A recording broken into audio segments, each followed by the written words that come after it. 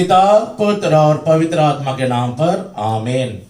मेरे प्रिय भाई और बहनों, आज हम इस विषय पर मनन चिंतन करेंगे कि मिसा बलिदान में परमेश्वर स्वयं यीशु मसीह उपस्थित हैं और स्वयं शरीर के रूप में हमारे बीच में हैं मिसा बलिदान में, परम प्रसाद में। आइए इस चीज को समझने के लिए और हमारे अंदर में मिसा बलिदान में प्रभु यीशु स्वयं हमारे साथ हैं, इसको जानने के लिए और हमारे विश्वास को मजबूत बनाने के लिए आइए हम परमेश्वर के इन वचनों को सुनेंगे और मनन चिंतन करेंगे, ताकि हमारा विश्वास प्रभु यीशु में पुख्ता बने, जो मिसा बलिदान में हमारे बीच में हमारे साथ उपस्थित रहते हैं और जिसने वादा किया मैं तुम्हें कभी नहीं छोड़ूंगा। मत्ती का सुसमाचार 28 पद संख्या 20 में हम लोग ईश्वर का वचन को सुनेंगे। मत्ती का सुसमाचार 28 पद संख्या 20 में परमेश्वर का वचन को सुनेंगे। मैंने तुम्हें जो जो आदेश दिए हैं तुम लोग उनका पालन करना, उन्हें सिखलाओ और याद रखो, मैं संसार के अंत तक सदा तुम्हारे साथ हूँ। मेरे प्रिय भाई और बहनों, परमेश्वर स्वर्ग आरोहण करने से पहले उन्होंने अपने चेलाओं को कहा, मैं दुनिया के अंत तक तुम्हारे साथ रहूंगा। हाँ मेरे प्रिय भाई और बहनों, परमेश्वर ने जब वादा किया है मैं संसार के अंत तक तुम्हारे साथ रहूंगा, उसने ये वादा पूरा किया है। और वही परमेश्वर जिसने वादा किया है वो हमारे बीच में मिसा बलिदान में परम प्रसाद के रूप में हमारे साथ उपस्थित रहते हैं। मत्ती के सुसमाचार 26 पद संख्या 26 में हम लोग परमेश्वर का वचन को देखते हैं। अपने दुख भोग से पहले, क्रूस बलिदान से पहले उन्होंने अपने आप को एक रोटी का रूप धारण किया। मेरे प्रिय भाई और बहनों, पुराने नियम में हम अगर देखेंगे परमेश्वर अदृश्य थे, उनका कोई रूप नहीं था। परमेश्वर शब्द है, परमेश्वर आत्मा है, इसीलिए उनका कोई रूप नहीं था। और वही परमेश्वर नया नियम में उन्होंने मनुष्य का रूप धारण किया, मनुष्य का रूप धारण किया और उनका नाम है यीशु मसीह। और यही प्रभु यीशु मसीह क्रूस बलिदान के द्वारा, क्रूस बलिदान में अपने मृत्यु के बाद पुनर्जीवित होते हुए स्वर्ग में आरोहण होने से पहले उन्होंने और एक रूप धारण किया, और वो है परम प्रसाद के रूप में या रोटी का रूप उन्होंने धारण किया। और जिसके बारे में हम सुनते हैं मत्ती का सुसमाचार 26 पद संख्या 26 में, उनके भोजन करते समय ईसा ने रोटी ले ली और धन्यवाद की प्रार्थना पढ़ने के बाद उसे तोड़ा और यह कहते हुए शिष्यों को दिया, ले लो और खाओ, यह मेरा शरीर है। तब उन्होंने प्याला लेकर धन्यवाद की प्रार्थना पढ़ी और यह कहते हुए उसे शिष्यों को दिया, तुम सब इसमें से पियो, क्योंकि यह मेरा रक्त है, विधान का रक्त, जो बहुतों की पाप क्षमा के लिए बहाया जा रहा है। हाँ मेरे प्रिय भाई और बहनों, परमेश्वर यीशु मसीह अपने दुख भोग से पहले उन्होंने रोटी ली और उसको आशीष दिया और कहा, यह मेरा शरीर है, तुम सब इसे लो और खाओ।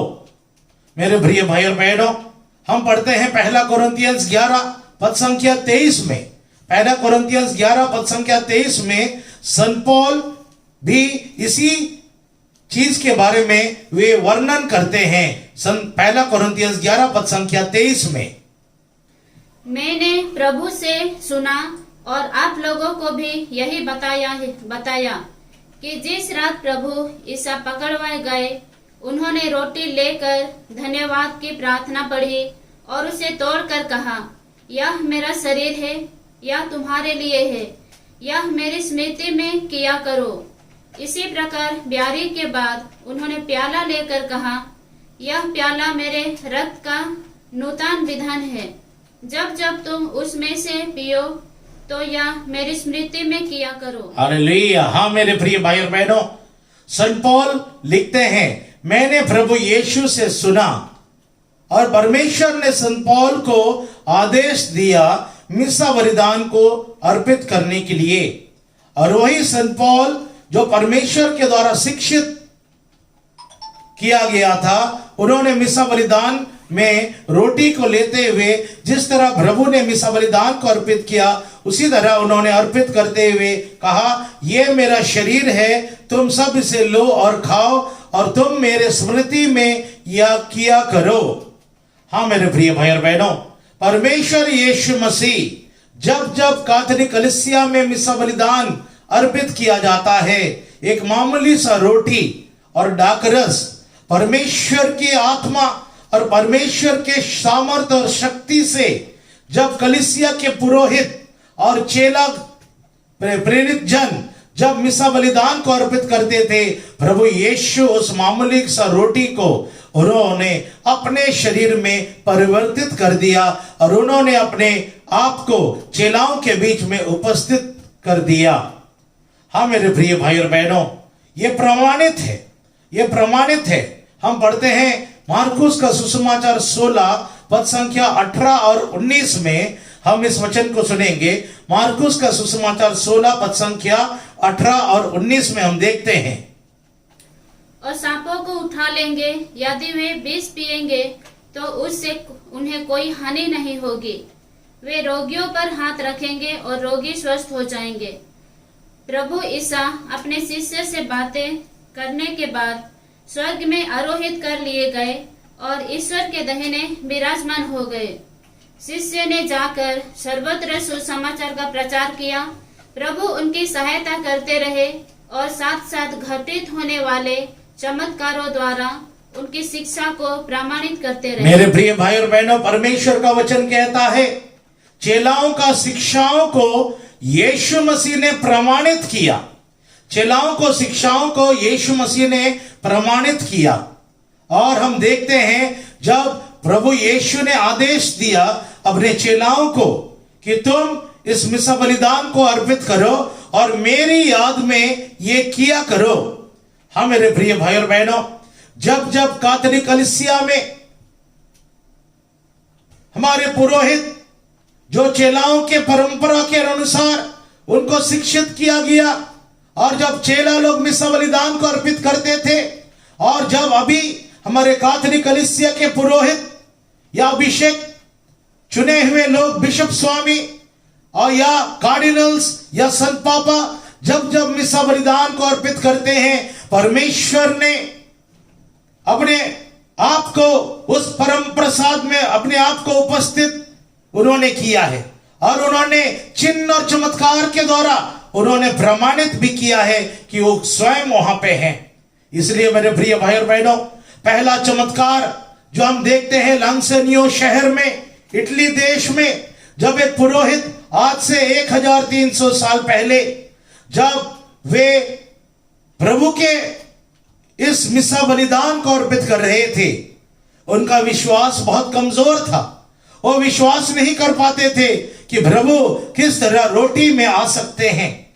और कॉन्सिक्रेशन प्रार्थना के बाद जब उन्होंने परम प्रसाद यीशु मसीह को अपने हाथों में उठाया और उन्होंने मन मन में प्रभु से कहा, प्रभु यीशु जी, अगर आप सचमुच इस रोटी में उपस्थित हैं तो मुझे मदद कीजिए, मुझे दिखाइए। और मेरे प्रिय भाई और बहनों, उसी समय परम प्रसाद एक शरीर के रूप में, एक मनुष्य के शरीर के रूप में वो परिवर्तित हो गया और उनके हाथों में एक गोश्त, मनुष्य का शरीर का एक गोश्त उसके हाथों में आ गया। बेदी में चारों तरफ खून ही खून आ गया और उनको पछतावा हुआ कि उन्होंने विश्वास नहीं किया था। मेरे प्रिय भाई और बहनों, जब वैज्ञानिक और मेडिकल साइंस इस चीज को, इस मांस का टुकड़ा को जब उन्होंने परीक्षा किया तो उन्होंने देखा कि एक मनुष्य का शरीर है, एक मनुष्य का शरीर के एक अंग है। यह प्रमाणित करता है कि प्रभु यीशु इस पृथ्वी में शरीर के रूप में उपस्थित थे। तो हम देखते हैं प्रभु यीशु ने जब मत्ती 26:26 में कहा, ये मेरा शरीर है। हाँ मेरे प्रिय भाई और बहनों, शब्द में शक्ति है। परमेश्वर ने सारा दुनिया को शब्द मात्र से बनाया है, अपने वचन का शक्ति से बनाया है।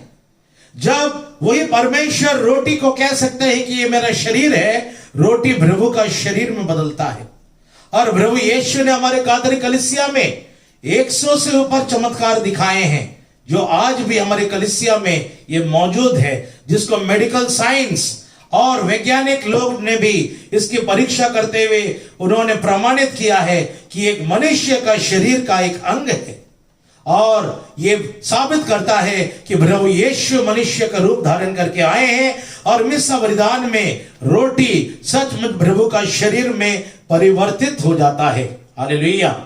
हाँ मेरे प्रिय भाई और बहनों, ना केवल चिन्ह और चमत्कार के द्वारा, लेकिन हम वचनों के द्वारा भी ये प्रमाणित होता है कि सचमुच मिस्सा बलिदान में रोटी प्रभु का शरीर में बदलता है।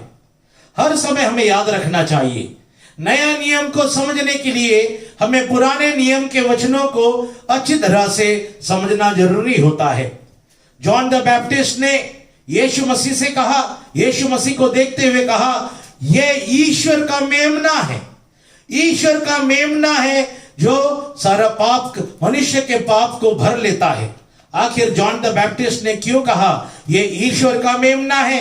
वे कह सकते थे ये ईश्वर का जानवर है, ईश्वर की चिड़िया है, ईश्वर का भेजा हुआ सांप है, ईश्वर का दूसरे कोई जानवर है। जॉन द बैप्टिस्ट ने मेमना शब्द को क्यों इस्तेमाल किया?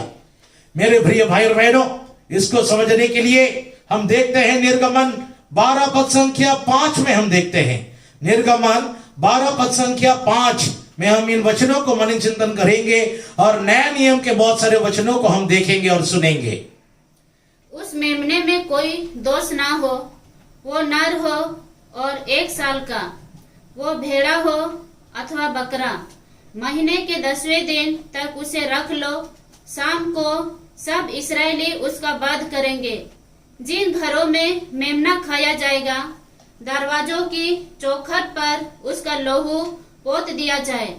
उसी रात बेखमीर रोटी और कड़वे साग के साथ मेमने का भुना हुआ मांस खाया जाएगा। इसमें से कच्चा या उबला हुआ कुछ मत खाओ, बल्कि सिर, पैरों और अतड़ियों के साथ पूरे को आग में भून कर खाओ। मेरे प्रिय भाई और बहनों, पुराने नियम में घटना को हम देखते हैं जब परमेश्वर इजिप्ट राष्ट्र के पहलौठे को और इजरायलियों के पहलौठे को दंड देना चाहते थे, नष्ट करना चाहते थे। मूसा नबी ने परमेश्वर से प्रार्थना किया, क्या आप अपने बच्चों को दंड दोगे, उनको नष्ट करोगे? परमेश्वर ने मूसा नबी को कहा कि तुम एक बलि चढ़ाना, और उस बलि एक मेमना का होना चाहिए। अगर हम निर्गमन 12 पद संख्या 5 को अच्छी तरह से सुनेंगे तो वो बताया जाता है, वचन कहता है कि मेमना नर होना चाहिए, मेमना में कोई दोष नहीं होना चाहिए। और मेरे प्रिय भाई और बहनों, अंग्रेजी बाइबल में जो हिब्रूज और ग्रीक भाषा के करीबी ट्रांसलेशन में अगर आप देखोगे, मेमना को दोपहर के 3 बजे बलि चढ़ाए जाने का आदेश दिया गया है, और उस मेमना में कोई दोष नहीं होना चाहिए और वो नर होना चाहिए। यह पहला आदेश है। दूसरा आदेश था उसका रक्त को इजरायलियों के घर के दरवाजे के सामने उसको लेपित किया जाएगा। तीसरा आदेश था मेमना का बलि चढ़ाने के बाद मेमना को खाना आवश्यक था, उसके शरीर को खाने का हुक्म परमेश्वर ने दिया है, तब जाकर परमेश्वर के दंड से वे लोग बच सकते थे। और वही चीज हम देखते हैं मेरे प्रिय भाई और बहनों, नया नियम में जॉन द बैप्टिस्ट ने कहा यह है ईश्वर का मेमना जो मनुष्य के पाप को भर लेता है। मेरे प्रिय भाई और बहनों, प्रभु यीशु इसीलिए आए हैं ताकि वो नया नियम में वो मेमना बन जाए, वो बलि बन जाए, जिसके द्वारा, जिसके बलिदान के द्वारा हमारा पाप से मुक्ति मिले और हम पाप के दंड से बच सके। जिस तरह पुराने नियम में मेमना का बलिदान होना जरूरी था और उसको खाना जरूरी है दंड से बचने के लिए, उसी तरह नया नियम में ईश्वर का मेमना यीशु मसीह है। उनको क्रूस में बलिदान होना आवश्यक था, वे नर थे, उनमें कोई दोष नहीं था और वे 3 बजे अपने प्राण को उन्होंने त्याग दिया। तो यीशु मसीह का बलिदान होना आवश्यक था दंड से बचने के लिए। और अभी हम देखते हैं संत योहन्ना के सुसमाचार 6 पद संख्या 50 में परमेश्वर ने दूसरा आदेश दिया, तुम्हें मेरा शरीर और रक्त खाना है। तुम्हें जो मेमना जो यीशु मसीह है जिसकी बलिदान क्रूस में दिया गया है, अभी तीसरा आदेश है, हमें उसका शरीर को खाना है। और उसी के बारे में हम देखते हैं जॉन 6 पद संख्या 50 में हम देखेंगे, मैं जिस रोटी के विषय में कहता हूँ वो स्वर्ग से उतरती है और जो उसे खाता है वो नहीं मरता। स्वर्ग से उतरी हुई वो जीवंत रोटी मैं हूँ। यदि कोई वो रोटी खाएगा तो वो सदा जीवित रहेगा। पद संख्या 53 में देखते हैं, इसलिए ईसा ने उनसे कहा, मैं तुम लोगों से यह कहता हूँ, यदि तुम मानव पुत्र का मांस नहीं खाओगे और उसका रक्त नहीं पियोगे तो तुम्हें जीवन प्राप्त नहीं होगा। तुम्हें जीवन प्राप्त नहीं होगा। हाँ मेरे प्रिय भाई और बहनों, पाप से मुक्ति प्राप्त करने के लिए और ईश्वरीय जीवन को प्राप्त करने के लिए यीशु जो ईश्वर का मेमना था उसको क्रूस में बलिदान होना आवश्यक था और अभी उसका शरीर और रक्त खाना और पीना ये आवश्यक है मुक्ति प्राप्त करने के लिए और ईश्वरीय जीवन को प्राप्त करने के लिए। और प्रभु यीशु ने अपने शरीर को और रक्त को हमें देने के लिए उन्होंने मिसा बलिदान को अर्पित किया। इसीलिए मत्ती 26 में हम देखते हैं उन्होंने अपने मनुष्य का शरीर का रूप धारण छोड़ते हुए और रोटी का रूप धारण करते हैं और कहते हैं ये मेरा शरीर है और ये मेरा रक्त है।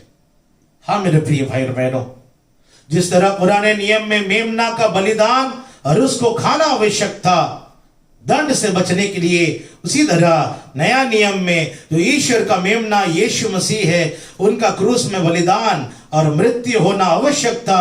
अभी उसका शरीर को खाना और रक्त पीना ये आवश्यक है जो प्रभु यीशु ने अपने वचनों में ये कह दिया है और ये आदेश दिया है। ना केवल उसने आदेश दिया, उन्होंने कहा जाकर तुम सारा दुनिया को सिखाओ। मत्ती का सुसमाचार 28:20 में हमने देखा है उसने आदेश दिया है जो जो मैंने तुम्हें सिखाया है तुम दूसरों को सिखाओ। इसलिए बिशप इग्नेशियस अपने 7 पत्रों में फिलिपींस के नाम, एफिशियंस के नाम उन्होंने अपने पत्र में जिक्र किया है। जहां पे बिशप हैं कैथोलिक कलीसिया वहां पे है और वहीं पे मिसा बलिदान है। जहां पे बिशप है कलीसिया के वो कैथोलिक कलीसिया है और वहां पे मिसा बलिदान है। हाँ मेरे प्रिय भाई और बहनों, और आज हमारे कैथोलिक कलीसिया में जब विश्वासियों का विश्वास मिसा बलिदान में कमजोर हो जाता है, प्रभु परम प्रसाद में है, इनका विश्वास कमजोर होने लगता है, डगमगाने लगता है, या गलत शिक्षाओं के ऊपर लोग विश्वास करने लगते हैं और उनका विश्वास कमजोर होने लगता है। प्रभु यीशु विश्वास को मजबूत करने के लिए कलीसिया में बार बार चमत्कार दिखाते हैं। बार बार उन्होंने चमत्कार दिखाया है और परम प्रसाद को अपने असली शरीर और रक्त में इसको बदल दिया है। हाँ मेरे प्रिय भाई और बहनों, चिन्ह और चमत्कार परमेश्वर के द्वारा आता है क्योंकि ये वचन में कहता है प्रभु यीशु ने चमत्कार दिखाया है और उन्होंने ये साबित किया है कि चेलाओं के द्वारा जो शिक्षा आज हमें दिया जाता है उसमें संपूर्ण सच्चाई है। हाँ मेरे प्रिय भाई और बहनों, परमेश्वर इस मिसा बलिदान के द्वारा अपना जीवन हमें देना चाहते हैं, ईश्वरीय जीवन हमें देना चाहते हैं। इसलिए हम और भी आगे वचनों को पढ़ेंगे। इस संत योहन्ना के सुसमाचार 6 पद संख्या 54 में और भी हम आगे वचनों को सुनेंगे। जो मेरा मांस खाता और मेरा रक्त पीता है उसे आनंद जीवन प्राप्त है और मैं उसे अंतिम दिन पुनर्जीवित कर दूंगा, क्योंकि मेरा मांस सच्चा भोजन है और मेरा रक्त सच्चा पेय। जो मेरा मांस खाता और मेरा रक्त पीता है वो मुझ में निवास करता है और मैं उसमें। जिस तरह जीवन पिता ने मुझे भेजा है और मुझे पिता से जीवन मिलता है, उसी तरह जो मुझे खाता है उसको मुझसे जीवन मिलेगा। मेरे प्रिय भाई और बहनों, इन वचनों को हम गौर करेंगे। यीशु मसीह ने कहा, जिस तरह पिता से मुझे जीवन मिलता है, उसी तरह मेरे शरीर और रक्त को खाने से आपको यीशु का जीवन प्राप्त होता है, यीशु मसीह का जीवन प्राप्त होता है। आखिर यीशु मसीह के जीवन में खासियत क्या है?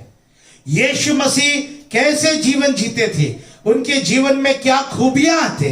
मेरे प्रिय भाई और बहनों, यीशु मसीह एक प्रेमी व्यक्ति थे, एक प्रेमी मनुष्य थे जो सबों को प्यार कर सकते थे, यहां तक अपने दुश्मनों को भी वो सहन कर सकते थे, वो बदला नहीं लेते थे। अत्यंत प्रेमी और दयालु थे। उनके बहुत सारे दुश्मन थे जिन्होंने उनको क्रूस में लटकाया, जिन्होंने उनको थप्पड़ मारा, फिर भी ये उनको प्यार कर सकते थे। ये था ईश्वर यीशु मसीह का जीवन। वो सच्चाई का जीवन जीते थे, उनमें वे ईमानदार थे, उनमें कोई पाप नहीं था, वो झूठ का जीवन नहीं जी पाते थे, वो सच्चाई और ईमानदारी का जीवन जीते थे, वो स्वयं का जीवन जीते थे, वो कोई व्यभिचार या पाप का जिंदगी नहीं जीते थे। उनके जीवन में ईमानदारी, मेल प्रेम, प्रेमी, सत्य, ईमानदारी था। और यही चीज को स्थापना करने के लिए प्रभु यीशु इस जीवन में आए थे। परमेश्वर ने मनुष्य को अपने प्रतिरूप में बनाया। उत्पत्ति ग्रंथ 1:26 में हम देखते हैं, परमेश्वर ने मनुष्य को अपने प्रतिरूप में बनाया, लेकिन मनुष्य ने जब पाप किया, वो पाखंडी बन गया, घमंडी बन गया, ईर्ष्यालु बन गया, क्रोध वाला बन गया, लोभ वाला बन गया। लेकिन जब प्रभु यीशु उसके जीवन में आते हैं, मिस्र बलिदान के योग्य से उस व्यक्ति को यीशु का पवित्र जीवन मिलता है, इसीलिए उस व्यक्ति का जीवन में परिवर्तित होता है। वो यीशु के जैसे वो प्रेम करने लगता है, यीशु के जैसे वो क्षमाशील बनता है, यीशु के जैसे वो एक ईमानदार जीवन जी सकता है, यीशु के जैसे वो सत्य को पहचानता है और सत्य के मार्ग पर चलता है, और यीशु के जैसे वो सबसे मेल मिलान होते हुए वो जीवन बिताता है। यही समाज, यही मनुष्य जाति को स्थापना करने के लिए प्रभु यीशु आए हैं, और ये संपूर्ण रूप से पूरा होता है जब हम लोग योग्य रीति से मिस्र बलिदान में भाग लेते हैं। यीशु मसीह ने वादा किया है, इस शरीर और रक्त और इस मिस्र बलिदान के द्वारा तुझे मेरा जीवन मिलेगा, मेरा जीवन मिलेगा। यीशु मसीह का जीवन। आज हमें कैसे जीवन जीते? दुख भरा जीवन, स्वार्थ वाला जीवन, डिप्रेशन वाला जीवन। मेरे प्रिय भाई और बहनों, प्रवचन देने से पहले कुछ देर पहले एक बहन आई थी काउंसलिंग करने के लिए, और वो आत्महत्या करना चाहती थी, वो आत्महत्या करना चाहती थी, अपने हाथों को काटना चाहती थी, और अपने आप को मारने के लिए उसने कील खाए, 8 कील उन्होंने खा लिया, और जिसके फलस्वरूप उसके पेट में दर्द होने लगा, और ऐसे अपने आप को आत्महत्या करने लगी। उसका जिंदगी एक उदास वाला जिंदगी था, हताश वाला जिंदगी था, निराश वाला जिंदगी था। आज ऐसे ही जिंदगी मनुष्य जी रहे हैं, हताश, निराश, असफलता।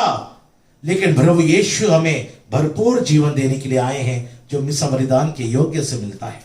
इसलिए प्रेरित पुस्तक 2 पद संख्या 44 में हम लोग ईश्वर का वचन को सुनेंगे। प्रेरित पुस्तक 2 पद संख्या 44 में पढ़ो।